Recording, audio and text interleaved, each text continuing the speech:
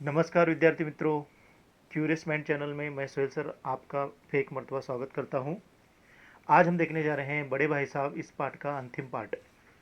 पिछले पाठ में हमने देखा था कि 8वीं दर्जे का जो विद्यार्थी है उस दौर में प्रेमचंद जी के बचपन के दौर में जब 8वीं दर्जा पास होने वाला जो विद्यार्थी था वो समाज में किस दर्जे पर पहुंचता था, ये मैंने देखे थे। और जब छोटे भाई और बड़े भाई की खेल के ग्राउंड पर जब मुठभेड़ हुई थी, कनकवे लूटने के लिए ये जब दौड़े जा रहे थे, तो जब उनकी मुठभेड़ उनसे हुई थी तो उन्होंने बहुत सारी उनको खड़ी खोटी चीज़ें सुनाई थी कि अपने रेपुटेशन का ध्यान रखना चाहिए।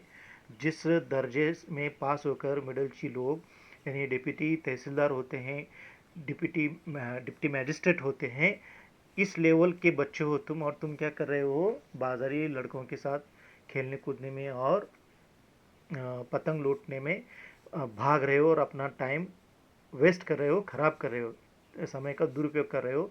इसलिए ये पूरी डांट फटकार लगाई थी उन्होंने, और ये हम लोगों ने पिछले भाग में देखा था। अब अंतिम भाग में हम लोग आगे देखते हैं। तुम उसी 8वें दर्जे में आकर बाजारी लौंडों के साथ कनकौवे के लिए दौड़ रहे हो। क्या कर रहे हैं, अब तुम उसी दर्जे में हो, 8वीं दर्जे में हो, तो तुम क्या कर रहे हो, कनकौवे यानी पतंग। हमने पिछले पार्ट में भी देखा था कनकौवे का मतलब क्या होता है, पतंग।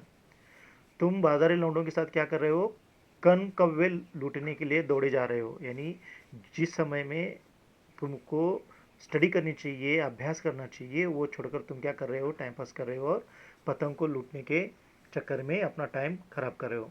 मुझे तुम्हारी इस कम अकली पर दुख होता है। तुम ज़हीन हो, इसमें शक नहीं, लेकिन वह जहन किस काम का जो हमारे आत्मगौरव की हत्या कर डाले। अब ये क्या कह रहे हैं, तुम्हारी कम अकली पर यानी तुम्हारी बेवकूफ़ी पर मुझे बड़ा दुख होता है, बोल रहे हैं। लेखक के जो भाई हैं उनको इस बात का दुख हो रहा है। तुम ज़हीन हो, ज़हीन का मतलब क्या होता है, टैलेंटेड, होशियार, इसमें शक नहीं है, लेकिन वह ज़हन किस काम का जो हमारे आत्मगौरव की हत्या कर डाले। वो टैलेंट किस काम का जो हमारे सेल्फ रिस्पेक्ट की हत्या कर डाले। तुम अपने दिल में समझते होगे मैं भाई साहब से महज एक दर्जा नीचे हूँ और अब उन्हें मुझको कुछ कहने का हक नहीं है, लेकिन यह तुम्हारी गलती है। मैं तुमसे 5 साल बड़ा हूँ, और चाहे आज तुम मेरी ही जमात में आ जाओ और परीक्षकों का यही हाल है, तो निसंदेह अगले साल तुम मेरे कक्ष समक्ष हो जाओगे। बड़े भाई साहब क्या समझा रहे हैं अपने भाई को कि अभी तुमको ऐसे लग रहा होगा कि तुम अभी सिर्फ मुझसे एक कक्षा पीछे हो, यहाँ तक पहुँच गया हो तो आगे भी पहुँच जाऊँगा। तो ऐसा तुम तमाम चीज़ें तुम अपने जहन से निकालो, और अगर तुम मेरी कक्षा में भी अगर आकर बैठोगे तो मैं नहीं डांटूंगा, ऐसे नहीं होगा। बड़े भाई साहब जो हैं अपने छोटे भाई साहब को ये समझाने में लगे हुए हैं कि मैं तुमसे बड़ा हूँ और मेरा पूरा अधिकार है तुमको डांटने का, और तुम अगर कहीं गलती कर रहे हो तो तुमको समझाने का।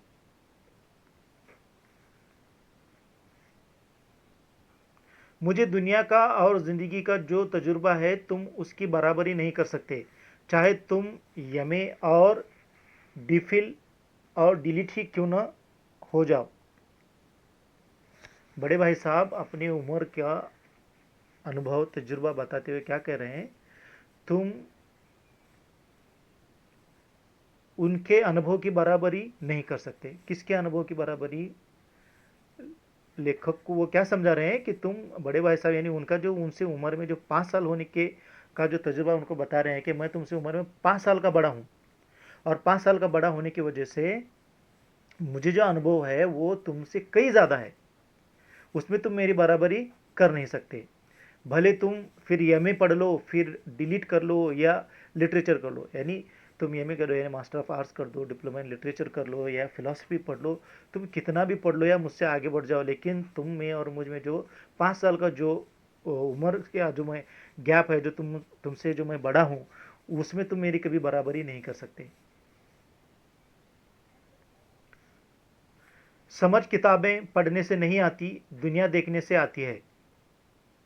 हमारे अम्मा ने कोई दर्जा नहीं पास किया और दादा भी शायद 5वीं 6ठी जमात के आगे नहीं गए। बड़े भाई साहब का क्या मानना है कि समझ जो है वो किताबें पढ़ने से नहीं आती, दुनिया देखने से आती है। अभी इनकी जो अम्मा है उसने कोई शिक्षा हासिल नहीं की, और इनके दादाजी भी शायद क्या हैं, 5वीं या 6ठी जमात पढ़े हैं। आइए अब इनका अनुभव क्या है उनकी ज़िंदगी में वो देखते हैं। लेकिन हम दोनों चाहे सारी दुनिया की विद्या पढ़ लें, अम्मा और दादा को हमें समझाने और सुधारने का अधिकार हमेशा रहेगा। अब ये क्या कह रहे हैं यहाँ, एक उन्होंने सूझबूझ और समझ वाली बात की है बड़े भाई साहब ने।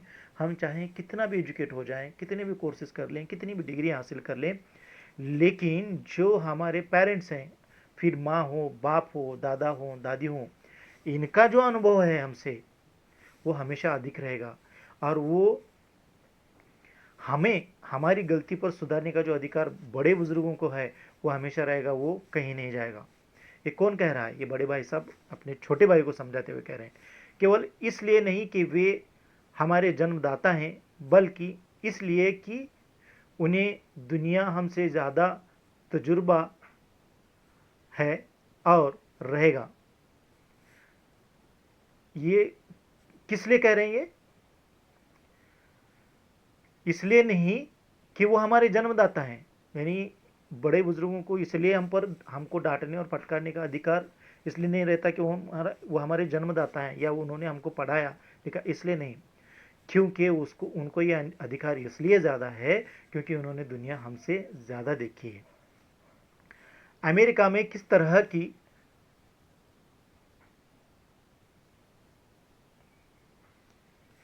राज व्यवस्था है, और अभी अमेरिका की बात कर रहे हैं। 8वें हेनरी ने कितने ब्याह किए और आकाश में कितने नक्षत्र हैं, यह बातें चाहे उन्हें न मालूम हो। अब ये क्या समझा रहे हैं कि अमेरिका में कैसी राज व्यवस्था है। 8वें हेनरी ने कितने ब्याह किए, ब्याह मतलब शादी, आकाश में कितने नक्षत्र हैं, यह बातें चाहे उन्हें न मालूम हो। यानी जो जो किताबी ज्ञान हमको है, बड़े भाई साहब का समझाने का तात्पर्य है कि जो किताबी ज्ञान हमको पढ़ने से आएगा यह है, वो भले ही हमारे जो घर के बड़े हैं उनके पास न हो, लेकिन हज़ारों ऐसी बातें हैं जिनका ज्ञान उन्हें हमसे और तुमसे ज़्यादा है। ऐसी हज़ारों बातें हैं जिसका ज्ञान हमसे उनको ज़्यादा है। देव न करे आज मैं बीमार हो जाऊं तो तुम्हारे हाथ पांव फूल जाएंगे, दादा को तार देने के सिवा तुम्हें और कुछ न सूझेगा। लेकिन तुम्हारी जगह दादा हो तो किसी को तार न दें, न घबराएं। दादा होंगे तो क्या करेंगे? अगर बड़े भाई साहब एक उदाहरण देते हुए क्या करें, अगर समझो मैं यहाँ पे बीमार हो गया तो तुम्हारे हाथ पांव फूल जाएंगे, बोल रहे। हाथ पांव फूल जाएंगे मतलब क्या? तुम डर जाओगे, बदहवास हो जाओगे, तुमको समझ में नहीं आएगा कि बड़े भाई की अभी तबीयत बिगड़ी है कि मैं क्या करूं। लेकिन अगर तुम्हारी जगह अगर दादाजी होंगे तो वो क्या करेंगे, कह रहा है बड़े भाई साहब क्या करेंगे? वो बिल्कुल नहीं घबराएंगे, ना ही बदहवास होंगे। पहले खुद मर्ज पहचान कर इलाज करेंगे। वो पहले खुद क्या करेंगे, क्या बीमारी है वो देखकर इलाज करने की कोशिश करेंगे। उसमें सफल न हुए तो किसी डॉक्टर को बुलाएंगे। फिर भी अगर वो उसमें सफल नहीं हुए, यानी कामयाब नहीं हुए, तो वो क्या करेंगे, डॉक्टर को बुलाएंगे। बीमारी तो खैर बड़ी चीज़ है, हम तुम तो इतना भी नहीं जानते कि महीने भर का खर्च महीना भर कैसे चले। जो कुछ दादा भेजते हैं उसे हम 20-22 तक खर्च कर डालते हैं और फिर पैसे पैसे को मोहताज हो जाते हैं। अब ये क्या बोल रहे हैं, बीमारी तो बड़ी दूर की बात है, हमको इतना भी अक्ल नहीं, इतना भी अनुभव नहीं है कि घर से आए हुए पैसों को एक महीने भर तक कैसे चलाएं। 20-22 तक, यानी महीने की 20 तारीख तक या 22 तारीख तक वो पैसे खर्च हो जाते हैं और उसके बाद हमें पैसे किसी के पास उधार मांगने पड़ते हैं। नाश्ता बंद हो जाता है, धोबी और नाई से मुंह चुराने लगते हैं। लेकिन जितना आज हम और तुम खर्च कर रहे हैं उसके आधे में दादा ने अपनी उम्र का बड़ा भाग इज्जत और नेक नामी के साथ निभाया है। अभी क्या क्या कह रहे हैं बड़े भाई साहब जो हैं कि आखिरी के ये जो 8 दिन होते हैं महीने के, उस वक्त नाई से यानी जो बाल काटता है नाई, और धोबी जो इनके कपड़े धोता है, इनसे मुंह चुरा कर भागना पड़ता है। यानी इतना अनुभव हमको नहीं है कि मिले हुए पैसों को एक महीना चले ऐसा कैसे मैनेज किया जाए। इतना उचित अनुभव हमको नहीं है, लेकिन ये दादाजी को है। उतने ही पैसों में उन्होंने क्या की थी, क्या किया था उन्होंने, नेक नामी के साथ निभाया था। इतने ही कम पैसों के साथ उन्होंने अपनी बड़ा भाग इज्जत और नेक नामी के साथ निभाया और कुटुंब का पालन किया था। जितने पैसे वो अभी हम पर खर्च कर रहे हैं ना, उतने पैसों में उन्होंने अपनी इज्जत कमाई और पूरे कुटुंब का खर्च चलाया था, जिसमें सब मिलकर 9 आदमी थे। अभी इन्होंने 9 आदमियों का खर्च चलाया था इनके दादाजी ने। अपने हेडमास्टर साहब ही को देखो, यमे हैं कि नहीं, और यहाँ के यमे नहीं, ऑक्सफोर्ड के 1,000 रुपये पाते हैं, लेकिन उनके घर का इंतज़ाम कौन करता है। अभी एक और उदाहरण दे रहे हैं बड़े भाई साहब। किसका उदाहरण दे रहे हैं, खुद के हेडमास्टर का दे रहे हैं। एमए किया उन्होंने, मास्टर ऑफ आर्ट्स किया है, कहाँ से, ऑक्सफोर्ड यूनिवर्सिटी से किया है, ठीक है। 1,000 रुपये इनकी तनख्वाह है, लेकिन इनके घर का इंतज़ाम कौन करता है, उनकी बूढ़ी माँ। हेडमास्टर साहब की डिग्री यहाँ बेकार हो गई, पहले खुद घर का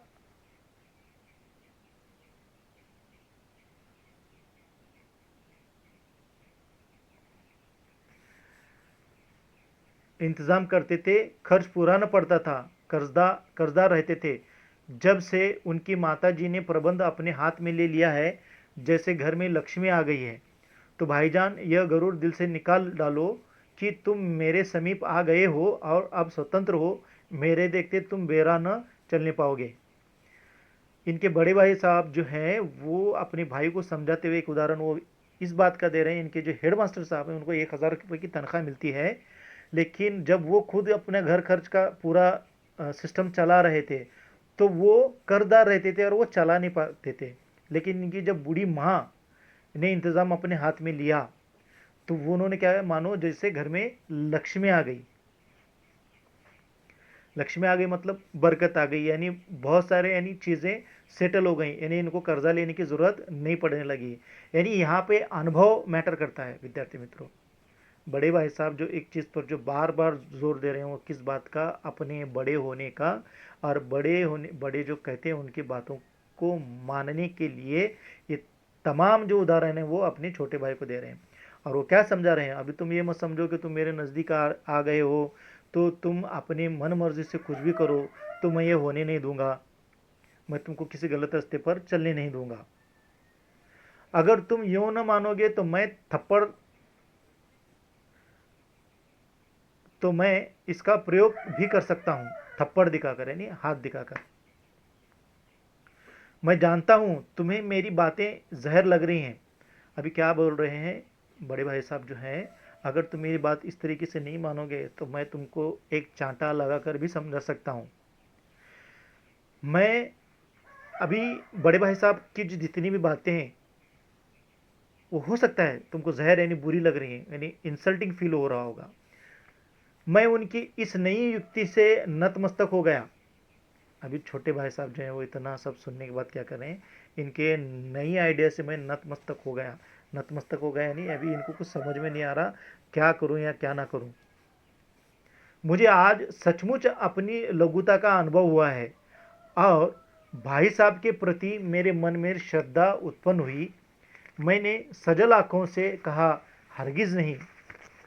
अभी देखो, हरगिज नहीं, आप जो कुछ फरमा रहे हैं वो बिल्कुल सच है और आपको उसके कहने का अधिकार है। लघुता का मतलब होता है छोटापन। अभी यहाँ पर इस पैराग्राफ में लेखक के बड़े भाई साहब, लेखक क्या कह रहे हैं, जब बड़े भाई साहब ने इनको इतनी पूरी चीज़ें समझाई तो वो बस सुनते रह गए, वो कुछ कह नहीं पा रहे थे। उन्होंने जितना भी ज्ञान दिया है, यानी पहले हमने इसके पिछले वीडियो में भी देखा, इस वीडियो में देखा, उन्होंने अलग अलग अलग लेवल के उदाहरण छोटे भाई साहब को दिए, समझाया उनको कि अगर ऐसा करोगे। सब समझाने के बाद भी और क्या कहते हैं, अगर ऐसे करते रहोगे तो मैं एक चमाट मारकर भी तुमको समझाऊंगा। अभी वहाँ पर इनका जो अनुभव हुआ छोटे भाई साहब का, उनको क्या फील हो रहा है, अगर मैं कितना कुछ भी कर लूँ तो मैं बड़े भाई साहब के आगे कभी नहीं जा सकता, इनकी बात मुझको सुननी ही पड़ेगी। तो उन्होंने क्या कहा कि आप जो भी कह रहे हैं उसको मैं, वो बिल्कुल सच कह रहे हैं, और मैं आपको ये तमाम चीज़ें कहने का अधिकार है। बड़े भाई साहब ने मुझे गले से लगा लिया और बोले, मैं कनकवे उड़ाने को मना नहीं करता, मेरा भी जी ललचाता है, लेकिन करूं क्या, खुद बहरा चलूं तो तुम्हारी रक्षा कैसे करूं, यह कर्तव्य भी तो मेरे सिर है। अभी ये क्या कह रहे हैं बड़े भाई साहब कि मेरा भी मन करता है कनकवे उड़ाऊं, लेकिन अगर मैं खुद गलत रास्ते पर चलूंगा और तुम वो कर रहे हो तो मैं रोक सकता हूं तुमको, और अगर मैं खुद ही चल रहा हूं, यानी मैं खुद ही कनकवे उड़ा रहा हूं, तो मैं तुमको कैसे बोलूंगा कि तुम मत उड़ाओ, तो तुम्हारी रक्षा कैसे करूं, यह कर्तव्य भी तो मेरे सिर है। ये बोलते हैं तुम्हारी पूरी जिम्मेदारी भी तो मेरे सिर है बड़ा भाई होने के हिसाब से। संयोग से उसी वक्त एक कटा हुआ कन कौवा हमारे ऊपर से गुजरा, यानी कोइंसिडेंस हुआ, योगा योग हुआ कि एक कन कौवा उनके सर पर से ऐसे गुजरा। उसकी डोर लटक रही थी, लड़कों का एक गोल पीछे पीछे दौड़ा चला आता था। भाई साहब लंबे हैं ही, उछलकर उसकी डोर पकड़ ली और बेतहाशा हॉस्टल की तरफ दौड़े। मैं पीछे पीछे दौड़ रहा था। उसी वक्त क्या हुआ, एक कौवा कनकवे की जो डोर है इनके सर के ऊपर से गुजरी, तो इनके जो बड़े भाई साहब थे वो हाइट में ज़्यादा थे, ऊंचाई में इनसे ज़्यादा थे, तो इन्होंने लपक कर उसको पकड़ा और दोनों जो भाई हैं वो किसकी तरफ चल पड़े, हॉस्टल की तरफ चल पड़े। देखो बच्चों, ये बहुत ही अच्छा पाठ था, और जब जब भी आप पढ़ेंगे इससे एक अनुभव क्या मिलेगा कि घर के अंदर जितने भी अपने बड़े हैं या तुम्हारी ज़िंदगी में जो भी बड़े हैं, जो तुमको उपदेश देते हैं या जो तुमको मार्गदर्शन करते हैं, उनका आप पर पूरी तरीके से अधिकार है। आज जो हमारी जनरेशन है, उनको अगर कोई डांट दे तो मानो उनके लिए वो बहुत बुरा व्यक्ति हो जाता है, क्योंकि ये हमको क्यों डांट रहा है, भले फिर वो कुछ जगह पेरेंट्स हो, चाचा चाची हों, काका काकी हों, मामा मामी हों, दादा दादी हों, या बड़े भाई साहब हों, बहन हो, कोई भी हो। लेकिन बच्चों, मानने वाली बात यह है कि हकीकत में कुछ चीज़ों को अगर हम लोग इसमें से अगर ध्यान दें, बड़े भाई साहब कितनी बार फेल हुए, इस चीज़ को साइड में रखकर अगर हम इस चीज़ को देखें कि उन्होंने जितनी भी बातें बताई वो किसके लिए बताई। बतौर विद्यार्थी उन्होंने बतौर बड़ा भाई होने के बाद अपने छोटे भाई को बताया, लेकिन एक बड़े भाई होने का उन्होंने कर्तव्य पूरी तरीके से निभाया। Moral of the story is कि हमें अपने घर में जितने भी बड़े हैं, जो भी हमसे बड़े हैं, उन सब का आदर करना चाहिए, सम्मान करना चाहिए, उनकी बातें सुननी चाहिए और माननी चाहिए। ठीक है, आज बड़े भाई साहब का ये आखिरी पार्ट था, ये समाप्त हो गया। बड़े भाई पार्ट की समरी भी मैंने अपलोड की हुई है, बड़े भाई साहब के ये पूरे पार्ट भी अपलोड हैं। अगर आपको इससे रिलेटेड और कुछ चाहिए तो मुझे कमेंट करें या मेल करें। ठीक है, जल्दी मिलते हैं अगले पार्ट में। आप सब्सक्राइब करना ना भूलें, लाइक कमेंट ना करना भूलें, और शेयर ज़रूर कीजिए। नमस्कार।